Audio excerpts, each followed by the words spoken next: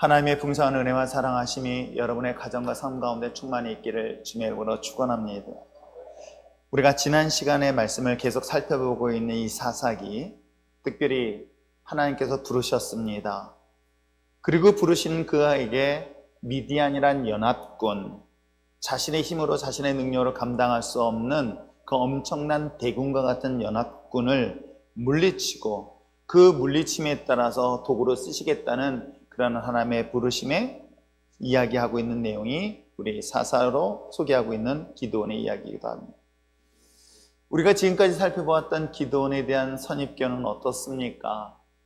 많은 사사들을 비교해 볼 때에 우리는 사사들에 대한 기대는 특별히 하나님이 예비하신 인물, 지도자들이기 때문에 일반인과 분명히 다른 특별한 믿음을 가지거나 능력을 가지거나 또한 일반인과 무엇인가 다르다는 것들을 우리는 기대하지만 우리가 함께 살펴보고 있는 기드온은 우리 이 기대와 다른, 때에 따라서는 좀 더 지나보면 실망까지 이르는 그런 모습들을 소개하고 있는 내용들이 지난 시간에 보았던 내용이기도 합니다. 의심이 많고요. 중요한 건 두려움도 많았던 인물이 기드온입니다. 그럼에도 불구하고 하나님은 그의 연약함을 보지 아니하시고 그를 선택하셔서 마침내 그 미디안 연합군을 대파하여 하나님의 영광의 도구로 쓰임받는 이야기가 오늘 이 사사 기드온의 이야기이기도 합니다. 특별히 오늘 본문을 보면서 우리가 기드온과 또한 이스라엘 백성들에게 하셨던 하나님의 또 다른 시험의 이야기가 오늘 본문 내용이기도 합니다. 즉 지난 시간에는 하나님의 자신을 부르신 것에 대하여 확인하기 위하여 하나님을 시험했던 기드온의 이야기라고 한다면 오늘 본문은 반대 이야기예요. 하나님께서 기드온과 이스라엘 백성들을 시험하는 내용이 우리가 잘 알고 있는 이 7장 내용이기도 합니다. 우리가 함께 보았던 이 7장 전체적인 것들을 정리해 본다면 우리가 함께 읽었던 1절부터 8절까지는 어떤 내용이냐면 하나님께서 이스라엘 백성들과 기드온을 시험하는 내용이 바로 앞부분 내용입니다. 그리고 이 시험을 지나고 난 다음에 그 다음에 여전히 두려우고 불안에 떨고 있는 기드온에게 재차 확신을 주는데 하나님께서는 특별히 하나님께서 직접적으로 말씀하시지 아니하시고 즉 미디안의 한 병사의 입을 통해서 이 전쟁이 승리할 것이다 라는 그런 확신된 소식을 듣게 되는 내용이 바로 9절부터 14절까지의 내용이며 마지막 15절서부터 그 결과 이 전쟁을 승리케 한 내용이 바로 후반부의 내용이기도 합니다. 말씀드린 것처럼 지난 시간에 기드온이 정말 하나님의 나를 부르셨을까? 그리고 마침내 항상 두려움의 대상이었던 이 미디안의 연합군과 이 대치 상황 속에서 이 전쟁을 승리할 수 있을까에 대한 의심 내지 두려움에 대하여 양털이라는 것을 가지고 시험했던 내용이 지지난주 설교했던 내용이기도 합니다. 이에 대한 확신을 가진 그 기드온에게 이번에는 반대로 하나님께서는 어떤 방법으로 시험을 하고 있는가? 오늘 1절 시작은 이렇게 이야기를 하고 있습니다. 여룻바알이라고 부르고 있는 기드온, 즉 바알과 대적하여 싸움을 했던 인물로 소개하고 있는 기드온에게 주신 시험이 과연 어떤 것일까?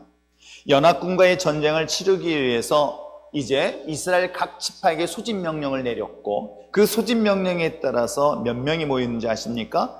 길보아 산 기슭에 이 하롯이라는 샘 곁에 약 3만 2천 명이 모입니다. 이 3만 2천 명이 모인 연합군과 대적할 수 있는 이스라엘 백성들, 그리고 그와 반대편에 바로 모래산 골짜기에 미디안 연합군이 이제 서로 대치하고 있습니다. 오늘 우리 1절에서 보니까 이렇게 이야기를 하고 있죠. 여룻바알이라는 기드온과 그를 따르는 모든 백성이 일찍 일어나 하롯 샘 곁에 진을 쳤다. 근데 이 하롯이라는 단어가 너무 재밌는 의미입니다. 뭐냐면 두려움이라는 단어예요. 떨림이라는 단어입니다.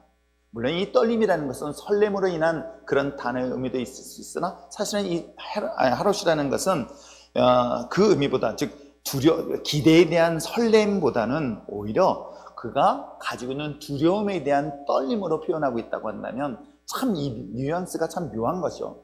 이스라엘 백성들이 모였습니다. 기드온이 모였고 기드온을 따르는 백성들이 모여 있는데 하필이면 그 모인 곳이 두려워 떨고 있는 샘 곁에 모였다라는 것들이 이 1절에서 주는 시사하는 바가 우리에게 또 다른 내용으로 우리가 한 번쯤 생각해 볼 내용이기도 합니다.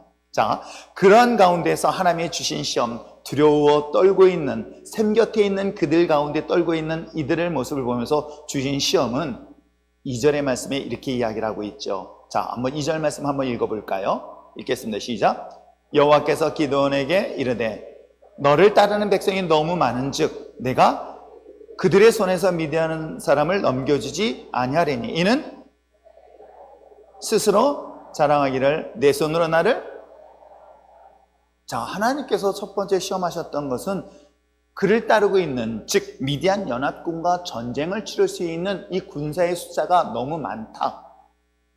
이 많은 이유가 뭐 때문이냐? 이 전쟁을 승리하게 되어지면 그 전쟁의 승리가 하나님을 통해서 승리한 것이 아니라 내 힘으로, 내 능력으로 승리하였기 때문이라는 생각을 할 수 있다라고 판단하셨기 때문에 하나님이 첫째 준비하셨던 시험은 뭐였습니까? 그 숫자를 줄이는 훈련 시험이었던 것이죠. 하나님의 시험은 기드온을 따르는 이 숫자를 줄이라는 것에 대한 것으로 출발을 하고 있는데, 사실은 우리가 신앙생활하거나 삶을 살아가면서 왜 우리가 하나님 앞에 감사하지 못하고 왜 하나님 앞에 그 감사하는 그 신앙을 잊어버리는 이유가 무엇 때문일까? 여전히 하나님을 믿어야 된다는 것의 근본적인 것들은 동일하게 알고 있지만 그럼에도 불구하고 우리가 감사하지 못하고 믿지 못하는 이유가 무엇 때문일까 생각해 본다면, 자신이 가지고 있는 힘, 자신이 가지고 있는 능력, 자신이 소유하고 있는 것들이 있다 보니까 이 모든 것들을 통해서 내 삶의 여러 가지 문제를 해결했습니다. 실질적으로 그렇습니다. 사실 기도하는 것보다는 내 능력으로 취직을 하고 내 능력으로 학교를 들어가고 내 능력으로 어떤 사업을 하고 내 능력으로 내 힘으로 했던 일들을 하나씩 하나씩 해결하고 나니까 어느 순간부터인가 이 모든 과정 하나하나의 인도하심에 대한 하나님의 은혜를 잊어버리고 자연스럽게 감사보다는 자기 자신도 모르게 내가 얼마나 노력했는데, 얼마나 내가 힘을 썼는데 라고 하면서 자신의 힘과 자신의 능력을 자랑하는 모습으로 바뀌어지고 있는 것들을 볼 수가 있지요. 자신이 잘 판단했기 때문에, 잘 선택했기 때문에, 잘 계획했기 때문이라는 생각을 가지고 사실 삶을 살아가고 있는 것 또한 우리들의 모습이기도 합니다. 사실 미디안 연합군을 오늘 성경 속에 기록되어지기를 뭐라고 얘기하냐면 메뚜기 떼와 같고 그 낙타의 수가 얼마나 많은지 모래와 같다 할 정도로 많은 대군들이 모여 있습니다. 7장에는 기록되진 않았지만 이 숫자를 따져보면 8장에 이스라엘 백성들의 칼에 의해서 죽인 사람들이 아닌 하나님의 놀라운 이 전쟁의 승리의 결과 이 미디안의 연합군이 죽은 자의 숫자가 12만 명인 거예요. 그리고 도망간 사람의 숫자가 15,000명, 토합 몇 명이에요? 13만 5천 명이 지금 이스라엘 백성들과 대치 상태에 있는 것입니다. 이 대치되어져 있는 상황 속에서 이스라엘 백성들, 즉 기드온을 따르는 군사들이 최초의 3만 2천 명이라는 거예요. 그러면 3만 2천 명 대 13만 5천 명을 제가 숫자로 계산해 봤더니 약 4대 1 정도의 비율로 전쟁을 치르는 거예요. 그러니까 아직도 한 사람이 4명 정도는 충분히 이길 수 있을 거예요. 어느 정도 잘 훈련되어 있는, 잘 싸움에 익숙한 사람들이 4명 정도는 충분히 이길 수 있는 이 싸움. 그렇기 때문에 하나님께서는 이 싸움을 4대 1로 비율을 두지 아니하시고 그들을 정리를 하는 내용이 본문 내용인 거예요. 그래서 오늘 혹시라도 너희들이 두려워 떨고 있는 사람이 있다고 한다면 그들은 떠날 것을 명령하고 있는 내용이 본문 내용이죠. 여전히 이스라엘 백성들이, 그리고 기드온이 가지고 있는 이 두려움은 사실 오늘 우리가 살고 있는 이 시대에도 동일하지는 않을까 생각을 하게 됩니다. 여러분, 우리가 기드온을 처음 시작했었을 때 기억나는 거 아십니까? 이스라엘 백성들이 약 6년 내지 7년 가깝게 미디안이라로부터, 미디안과 미디안의 연합군으로부터 수많은 핍박을 당하고 어려움을 당합니다. 그들이 넘어와서 자신들이 씨를 뿌린 그 밭을 초토화시키고, 그리고 심지어는 자신의 사랑하는 아내나 또는 딸들을 납치해 가고, 또 심지어는 자신이 가지고 있는 모든 것들, 즉 짐승들을 노예케 하고 있으니 그들이 공격해 올 때마다 자신의 집을 떠나서 산에 숨었던 과거의 흔적이 있었을 때에, 그는 그 두려움 떨고 있는 고통 속에 있을 때 비로소 하나님을 부르짖습니다. 하나님 도와달라고 기도합니다. 이와 같이 그 어려운 환경 속에 부르짖었을 때에 그 이유가, 그 원인이 무엇이었느냐라는 것들을 분명히 보여줬던 것은, 하나님을 믿는 백성이, 하나님을 섬기는 백성들이 무엇을 하고 있는지 이미 성경 속에 기록되어 있었죠. 하나님의 성전에서 하나님을 예배드리는 그곳에서 바알과 아세라의 신전과 성전을, 이 조각품을 만들어 놓고 섬겼던 것들이 이스라엘 백성들의 모습이었던 거예요. 그들의 죄 때문에 결국은 하나님의 징계의 수단으로 미디안의 연합군이 이스라엘 백성들을 고통스럽게 했는데도 불구하고, 여러분 기드온이 한 이야기 기억하십니까? 왜 하나님의 선택받은 백성들이 하나님이 보호해 주겠다는 이 민족을 하나님이 왜 버리시고 포기하셔서 왜 이 고통 속에 신음하게 만들었습니까? 라고 오히려 항변하고 있는 내용이 우리가 앞부분 보았던 내용인 거예요. 왜 내게 이런 어려움이 있습니까? 내가 왜 이런 고통을 당하고 있습니까? 왜 한국교회가 코로나로 인하여 많은 핍박과 어려움을 당하고 있습니까? 라고 할 때에 그 원인과 이유가 무엇 때문인지를 모르고 있는 것은 비단 기드온이 얘기하고 있는 내용과 무엇이 차이가 있을까요? 정말 우리 스스로가 돌아보면서 믿음으로 기도하고 믿음으로 주님 앞에 나와야 될 우리들의 모습 속에서 온전한 신앙의 모습이, 신앙의 본질적인 모습들이 얼마나 왜곡되어지고 타협되어지고 퇴색되어지고 있는 것들에 대한 것을 이 시대에 한국교회를 통해서 알려주고 있다고 한다면, 저는 오늘 이 본문을 통해서도 우리가 한번 돌아봐야 되지는 않을까. 그런 가운데 여전히 그들이 가지고 있는 이 두려움은 기드온뿐만 아니라 이스라엘 모든 백성들의 마음속에 사로잡혀 있었던 것은 무엇 때문일까? 여전히 하나님을 믿고 하나님을 신뢰한다고 하지만 그들의 마음속에는 이 두려움은 하나님을 신뢰하지 못한 또 하나의 반증이고 증거일 것입니다. 그러기에 하나님께서는 4대1 정도에 되어지는 확률 속에서 충분히 이길 수 있는 싸움 속에서 하나님은 과감하게 여전히 그들을 두려워하고 있는 사람들은 나갈 것을 얘기하고 있습니다. 그게 3절의 이야기인 거예요. 자, 3절 말씀을 한번 읽어볼까요? 3절 읽겠습니다. 시작.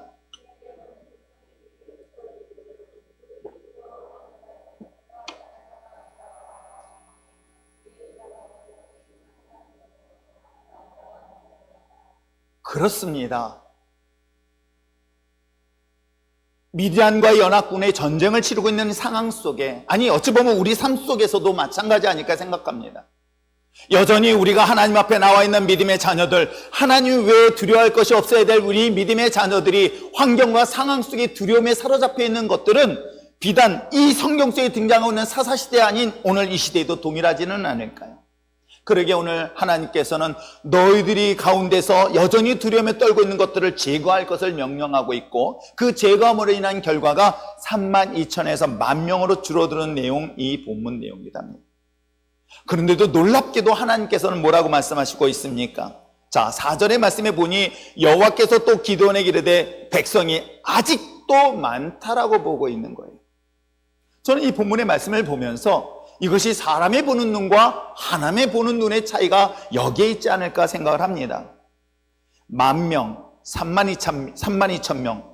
여러분, 인간의 눈으로 보면 32,000명도 사실 135,000명과 싸우기에는 턱없이 부족하다고 생각하지만 하나님의 관점에서는, 하나님의 시선에서는 이것도 많다는 거예요. 32,000명도 적다고 생각했는데 이것도 많아서 줄였는데 줄여서 10,000명이란 말이에요. 그러면 생각해 보세요. 조금 전까지 32,000명 대 135,000명을 비율로 따져보면 약 4대1 정도의 비율이었는데 갑자기 이제는 10,000명 대 135,000명 몇 대 몇인지 아십니까? 13.5대 1, 약 13명 대 1대 1, 13대 1 정도의 비율로 바뀌어지는 거예요. 혼자서 13명과 싸워야 되는 상황으로 바뀌어집니다.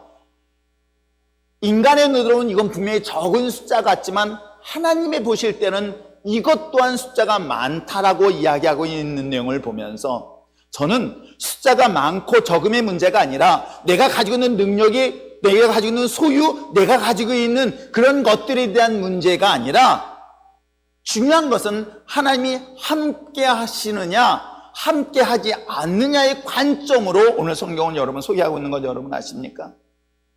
우리는 우리들의 삶의 문제에 있어서 다양한 문제를 볼 때에 그것이 경제의 문제든 육신의 질병의 문제든 아니면 사람과의 관계의 문제든 이 관계의 문제를 보면서 이 문제를 가지고 내가 해결할 수 있는 방법이 과연 이 방법이 적당하냐, 이 방법이 충분하냐, 충분하지 않느냐의 문제를 가지고 우리가 고민할 때에 이 본문은 우리에게 주는 교훈은 딱 하나예요. 하나님이 함께 하느냐, 함께 하지 않느냐라는 문제를 가지고 계속 이 본문을 우리에게 이야기를 하고 있습니다. 그러기에 오늘 5절에서도 동일하게 말씀하고 있는 거예요. 오늘 말씀하시기를 뭐라고 하냐면 4절 후반부에 나오지만 여호와께서도 기드온에게 이르되 백성이 아직 많으니 그들을 인도하여 물가에 내려가라. 내가 너를 위하여 그들을 무엇하리라? 시험하리라 말씀하고 있는 거예요.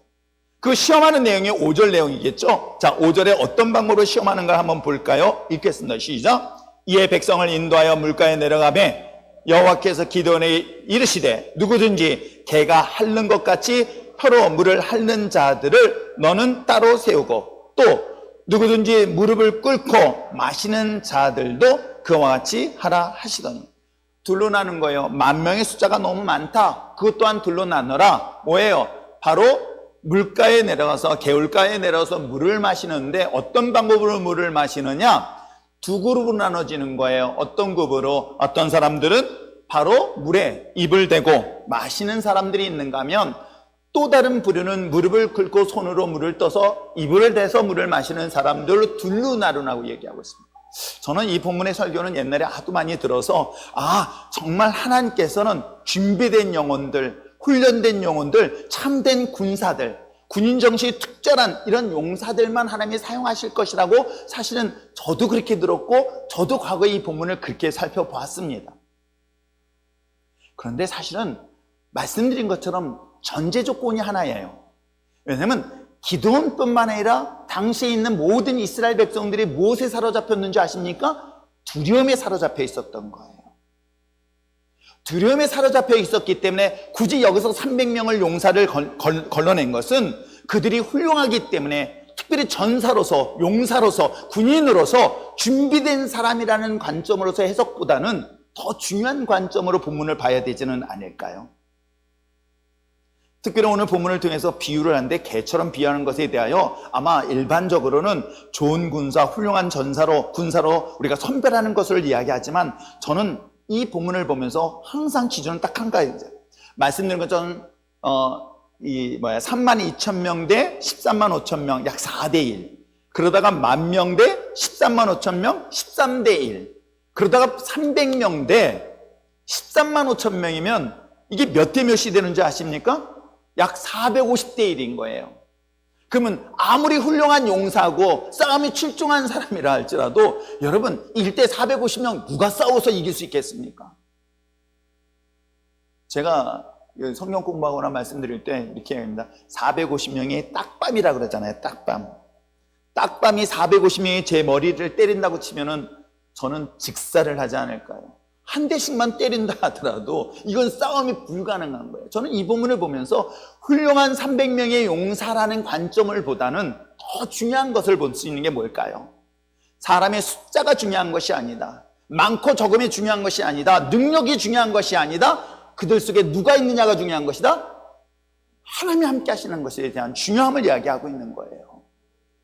하나님이 그와 함께 하실 때에 소유가 중요한 게 아닙니다. 하나님이 우리와 동행할 때에 그가 가지고 있는 능력이 중요한 것이 아닙니다. 훌륭한 군사요 탁월한 싸움을 하는 사람들 때문에 역사하는 것이 아니라 그들 속에 하나님이 함께 하실 때에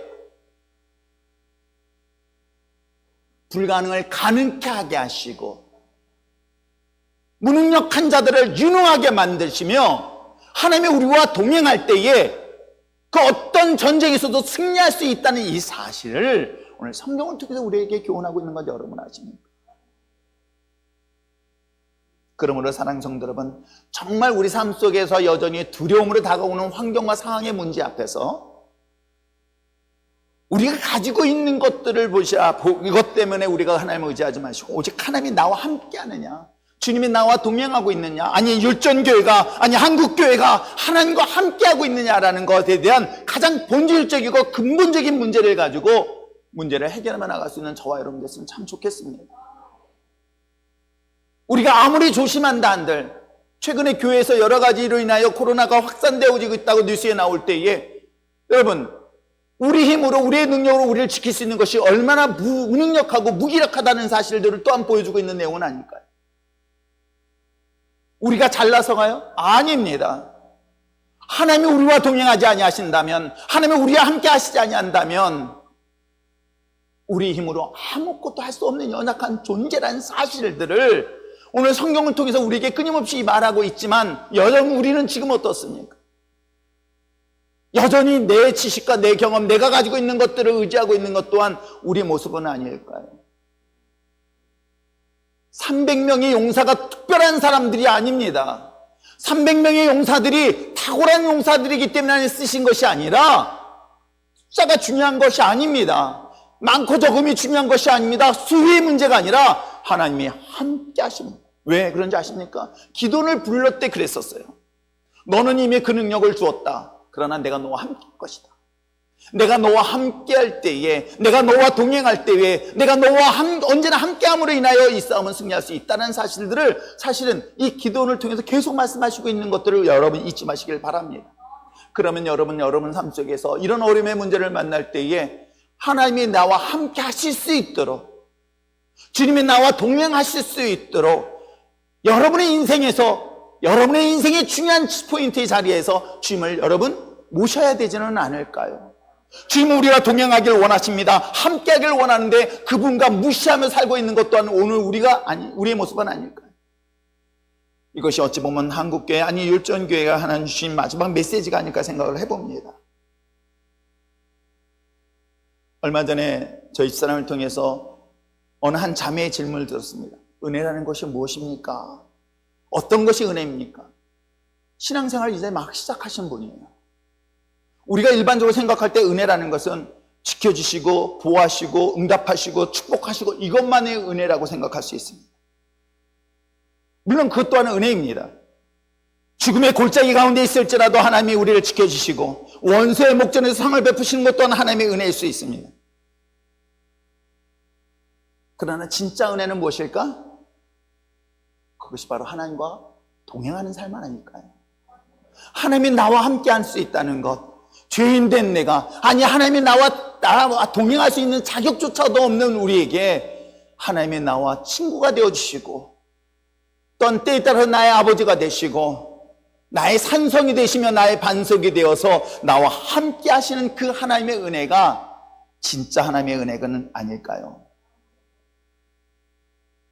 그러한 자의 신앙의 고백은 주님 한 분만으로 저는 족합니다. 무화과 나무에 소출이 없으며, 아니 정말 하박국 선지자가 고백하고 있는 것처럼 내 있는 이 땅에 있는 모든 것들이 다 사라진다 할지라도, 심지어는 내 생명의 목숨이 끊어진다 할지라도 나는 주님 한 분만으로 족합니다. 주님 한 분만으로 나는 충분합니다라는 것이 이런 신앙의 고백이 진짜 하나님의 은혜는 아닐까요? 그럼에도 불구하고 우리는 어떻습니까?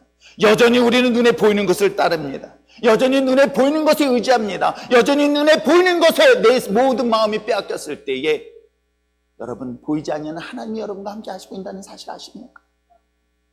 눈에 보이지는 않지만 여전히 여러분과 함께 동행하기를 원하고 함께 호흡하기를 원하고 함께 더불어 있기를 원하시는 그 하나님이 여러분 앞에 가까이 있다는 것 잊지 마시고, 무엇보다도 하나님이 기뻐하는 자의 삶을 선택하며 나갈 수 있는 저와 여러분 되었으면 참 좋겠습니다. 저 역시도 목회자로서 예배를 준비하고 등등의 많은 여러 가지 어려움이 있지만 제 마음속에나 항상 기준은 딱 하나예요. 하나님이 기뻐하시는 것. 단 한 번의 예배를 드리기 위해서 목숨을 내어놓을 수 있는 그 자리의 예배가 정말 하나님이 기뻐하는 자리라고 한다면 우리는 어떤 모습으로 하나님 앞에 예배를 드릴 것인가?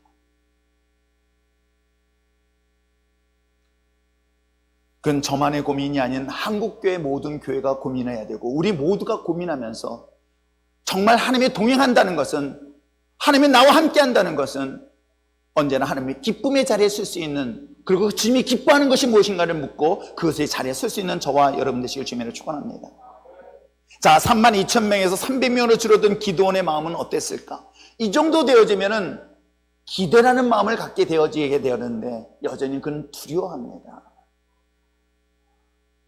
믿음, 기대, 이건 분리될 수가 없어요. 정말 기대라는, 정말 상대방을 신뢰한다면 자연스럽게 그 마음속에 기대라는 것이 있어요. 요즘은 아이들도 웬만큼 아빠가 약속해도 안 믿어요. 컸다고. 그런데 저렇게 순수하게 예쁘게 자라는 아이들은요, 아빠가 이번 달에 월급 타면은 너 이번에 자가용 사줄게. 아니, 자가용, 장난감 차 사줄게. 요즘 애들은 이 장난감 차가 거의 뭐 심적인 존재예요. 우리 루니를 보니까 차 종류도 너무 잘 알아요. 난 천재인 줄 알았어요. 그러면 이 아이는요, 할아버지한테 약속해. 내가 이번에 가면 할아버지가 차 말고, 야, 이제 좀 수준 높이자. 비행기 사줄게. 싫어요. 자기는 뭐 무슨 차 종류도 되게 많이 알아요. 그래가지고 뭐 어떤 차를 사달래요. 그래서 할아버지가 사줄게. 그 아이는 이미 사준 걸 믿어요. 확신을 해요. 그리고 얼마나 확신을 가졌는지 그 할아버지가 올 때까지 기다려요. 그 아이는요, 아마 우리 어렸을 때도 그랬던 것 같아요. 그 아버지에 대한 믿음이 있으면은 그 아버지에 대한 믿음으로 인해 약속한 것을 기대합니다. 근데 요즘은 어떤지 아세요, 애들이? 뻥이요. 그걸 좀 더 심하게 하면 뻥까네. 제가 그 아이들이 말을 듣고, 아세요? 제 초등학교 아이들에게 목사님 이번 때는 뭐 해줄게? 그러면 에이, 뻥까지 마세요. 그러면 내가, 야, 순간적으로 상처를 받아요. 야, 요즘 이 정도 상황이구나. 그럼 이제 카드를 줘버려요. 여러분 어떻습니까? 진짜 하나님에 대한 믿음이 있다고 한다면 여러분 그 믿음이 어떻게 나타나면 기대를 하게 되어져요. 여러분 생각해 보세요. 야, 32,000명 대 13만 5천 명. 그걸 하나님이 다 정리했어요. 300명 대 13만 5천 명. 한번 상상을 해보세요. 여러분이 그런 환경 속에 있을 때 기대하는 마음이 있길? 아니, 실망당할 것 같아. 야, 질문하지 않을게요. 여러분이 그런 상황에 있을 땐 정말 믿음을 가졌다면 기대라는 마음이 생기는데 사실 두려움이에요. 오늘 기도원도 마찬가지인 거예요. 그래서 이 두려워하는 마음을 아시고 하나님 9절에 그 밤에 또다시 기드온에게 나타나서 하신 말씀들이 있었어요. 자, 9절 말씀을 한번 읽어볼까요? 읽겠습니다. 시작. 다시 여러분 잘 따라와 읽어주세요. 시작.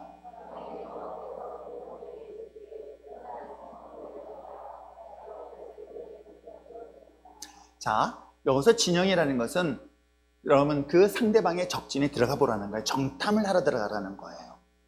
그러면 그곳에서 하나님이 너를 이것을 넘겨주겠다는 것들을 확정져서 알려주겠다라고 하는 내용이 우리가 9절 이하의 내용이기도 합니다. 그 내용을 보면 기드온이 혼자 또 갈 수 없어 두려워가지고 너가 두렵거든 10절에 내 부하와 함께 같이 동행해서 가라는 거예요. 그래서 용기를 내서 갔습니다. 그랬더니 용기를 내서 갔더니 그 적 진영에 갔더니 한 무명의 병사, 즉 미디안 병사들이 이야기하는 소리를 들어요. 그 이야기는 어떤 내용이냐면 한 병사가 얘기해. 야, 나 지난밤에 꿈 꿨어. 무슨 꿈? 그랬더니 꿈의 내용이 오늘 여기서 이야기를 하고 있는데 뭐라고 얘기하고 있냐? 내가 지난밤에 꿈을 꿨는데 어떤 꿈을 꿨냐면 큰 보리떡 한 덩어리가 굴러오더라는 거예요. 보리떡 한 덩어리가 굴러오는데 이 보리떡 한 덩어리가 이 미디안 진영을 굴러 들어와서 한 장막이라는 이걸 무너뜨리고 장막을 쓰러뜨렸다는 얘기를 하고 있는 거예요. 한번 상상해 보세요. 꿈을 꿨습니다. 이 보리떡이 얼마나 큰지 이놈의 보리떡이 굴러 내려왔습니다. 그랬더니 미디안에 한 진영이 있습니다. 천막이 있어요. 천막을 하나 확 무너뜨려 버린 거예요. 야, 호박보다 더 큰 떡덩어리. 그걸 어떻게 해석할까? 그런데 놀랍게도 다른 병사가 그걸 해석하는데 꿈보다 해몽이 중요한 거예요. 이게 정말 널 뜻밖의 해몽을 해주는 거야. 어떤 해몽을 하는지 아십니까? 오늘 성경이 그렇게 이해를 하고 있어요. 자, 한번 보세요. 14절 말씀 한번 읽어보시길 바랍니다. 14절 읽겠습니다. 시작. 그의 친구가 대답하여 이르되 이는 다른 것이 아니라 이스라엘 사람 요아스의 아들 기드온의 칼이라. 하나님이 미디안과 그 모든 진영을 참 여러분, 이거를 지금 누가 듣고 있습니까? 기드온이 지금 듣고 있는 거예요. 몰래 정탐하러 싹 들어갔더니 둘이 두런두런 밤에 불침번 쓸 때에 떠들고 있더라는 거예요. 그 떠드는 소리가, 야, 한 명이 그런 거야. 야, 나 지난밤에 찝찝한 꿈을 꿨어. 떡덩어리가 내려와가지고 텐트 하나를 무너뜨렸어. 근데 그걸 또 해석해 주는 사람이 해피는 그 떡덩어리, 보리 떡덩어리가 누구라고 비교하는 거예요? 기드온의 칼이라고 비교를 하네? 자기가 지금 자기 얘기를 하고 있어요. 저라면 아마 되게 좋아했을 것 같아요. 아무튼 이렇게 해몽을 해주는 거예요. 저는 이 본문을 보면서 하나님은 오직 두려워 떨고 의심하고 있는 기드온에 정이 안 되니까 미디안의 그 병사의 무명의 말을 통해서 꿈을 꾸게 하고, 그 꿈에 대한 해석을 누굴 지명하냐면 자기 이름을 불러가면서 이 싸움을 승리케 하겠다는 예견된 이야기를 하고 있는 내용이 우리가 보고 있는 14절까지 내용인 거예요. 참 황당한 해석의 꿈의 해몽인데도 불구하고 이 말을 들었던 기드온의 반응이 15절에 나옵니다. 자, 15절 읽겠습니다. 시작. 기드온이 그 꿈과 해몽하는 말을 듣고 경배하며 이스라엘 진영으로 돌아와 이르되 일어나라, 여호와께서 미디안과 그 모든 진영을 너희 손에 넘겨주셨다. 여러분, 참 저는 이 말씀을 보면서 굉장히 좋은 말씀인 것 같은데 한편은 씁쓸한 이야기가 느껴져요. 씁쓸한. 제가 목회를 20년 동안 하면서 이 씁쓸한 느낌이 뭔지 아세요? 특별히 저는 제자 훈련에 빠져서 여러분에게 계속해서 말씀을 가르쳐 훈련시켰습니다. 주중에 계속 말씀을 가르쳤는데 그때는 깨닫지 못하다가 강사 목사님이 새로 오셨습니다. 그 말씀이 말씀하시면 은혜 받았대. 와, 새로운 말씀 들은 것처럼 얘기하면요, 제가 말은 안 했지만요, 이제 나이가 더 들수록 남는 게 삐짐밖에 안 남아요. 아세요?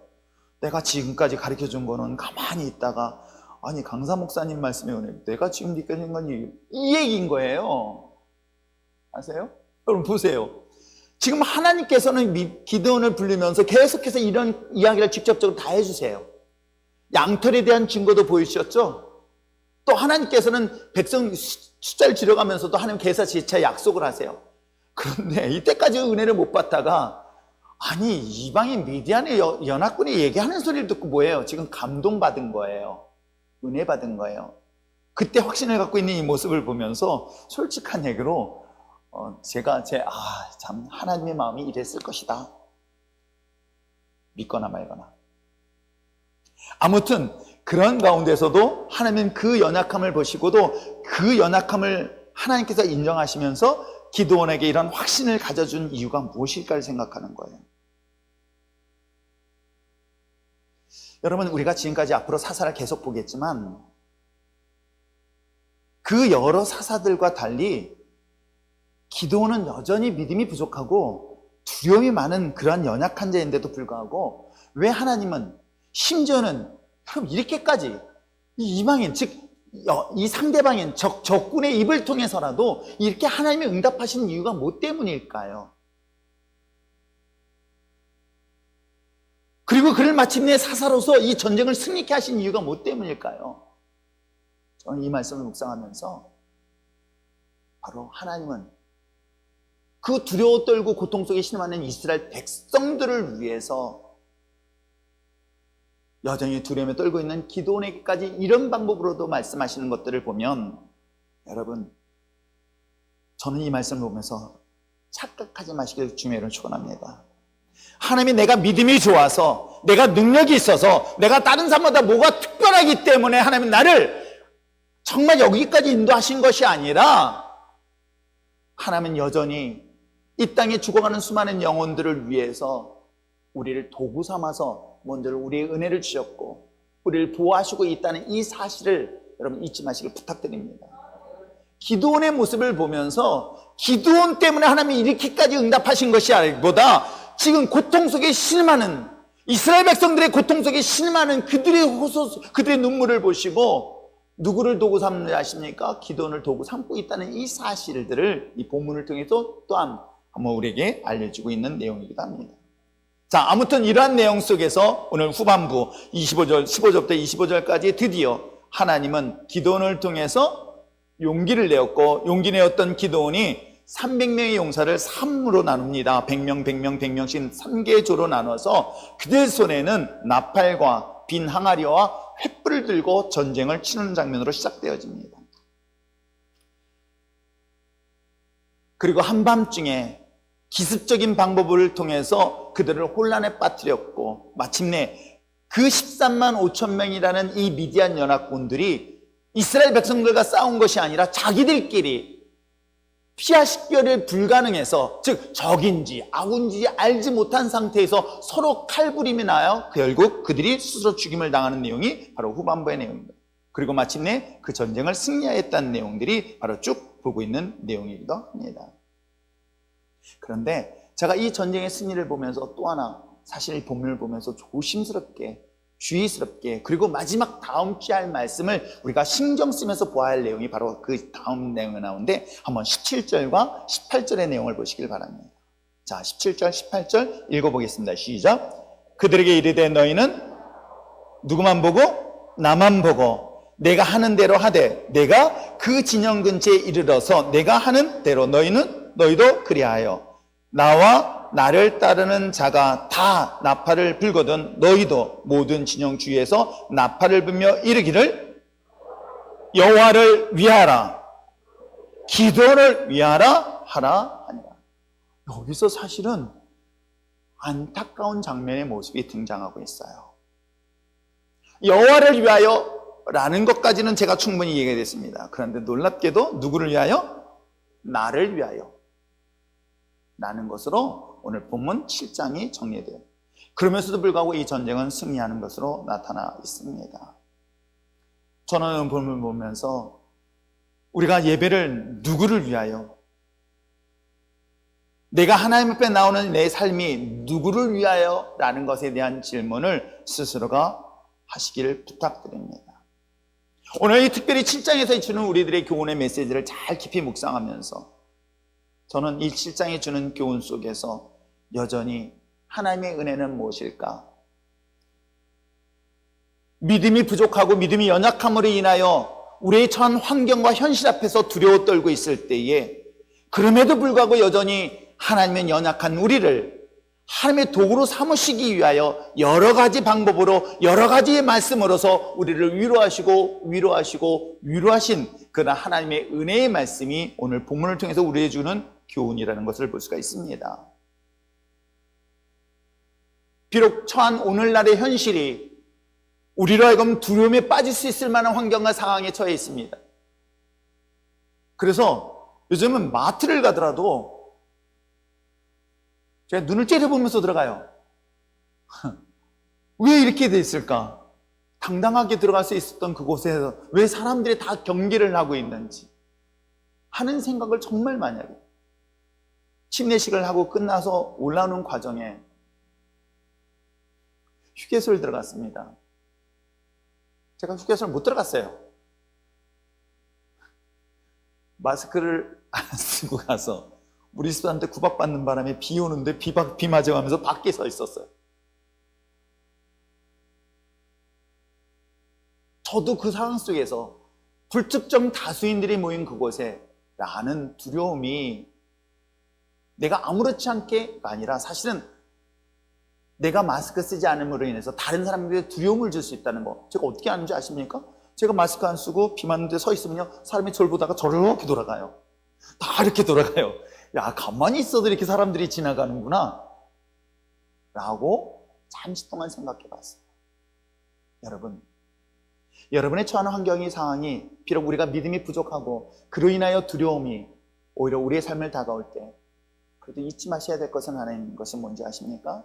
여전히 포기하지 아니하시고, 여전히 연약한 우리를 끝까지 포기하지 아니하시고 우리에게 사명을 주시고 우리를 은혜를 주시고 우리를 보호하시고 우리를 이끌으시고 있다는 그 하나님의 은혜를 잊지 않는 저와 여러분 되시기를 부탁드립니다. 이것이 오늘 7장에서 주는 교훈 중에 하나일까요? 또 하나 볼 수 있는 건 무엇일까요?